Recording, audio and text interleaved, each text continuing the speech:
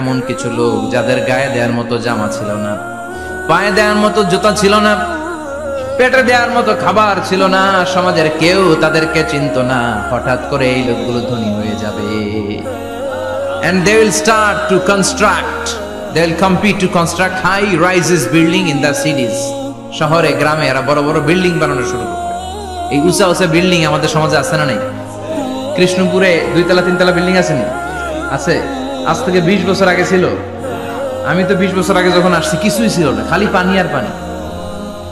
আর এখন 2 তলা 3 তলার অভাব নেই।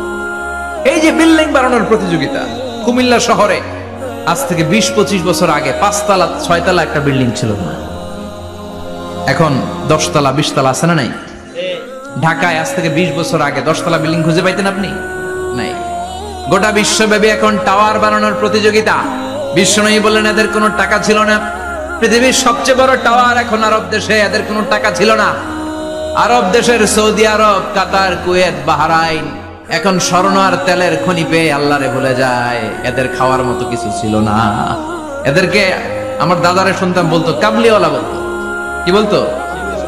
এদেশে আসতো জায়নামাজ, তসবিহ ছড়া, খেজুর টেজুর বিক্রি করার জন্য। এরা জেলে পাড়ার লোক ছিল।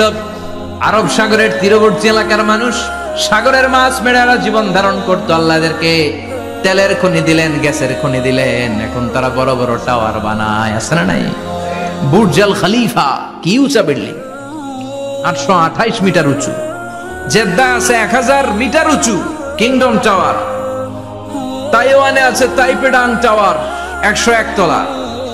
মালয়েশিয়া আছে পেট্রোনাস টুইন টাওয়ার 88 তলা। চায়নাতে আছে সাংহাই টাওয়ার, একটার পর একটা টাওয়ার। প্রতি বছর অ্যানাউন্স করতেছে যে ওদেরটা আছে আমাদেরটা বড় বানাও। কাতার কয় ওরা বানাইলে আমরা পারবো না কেন, আমরা বানাবো আরো বড়। আছে না নাই? শাগালাত কুমুত তাকাসুর, যে আরো লাগবে, আরো বড় হতে হবে, এই টেন্ডেন্সি মানুষকে আখিরাত থেকে একেবারে গাফেল বানিয়ে দিয়েছে। চিল্লায় বলেন ঠিক কি না?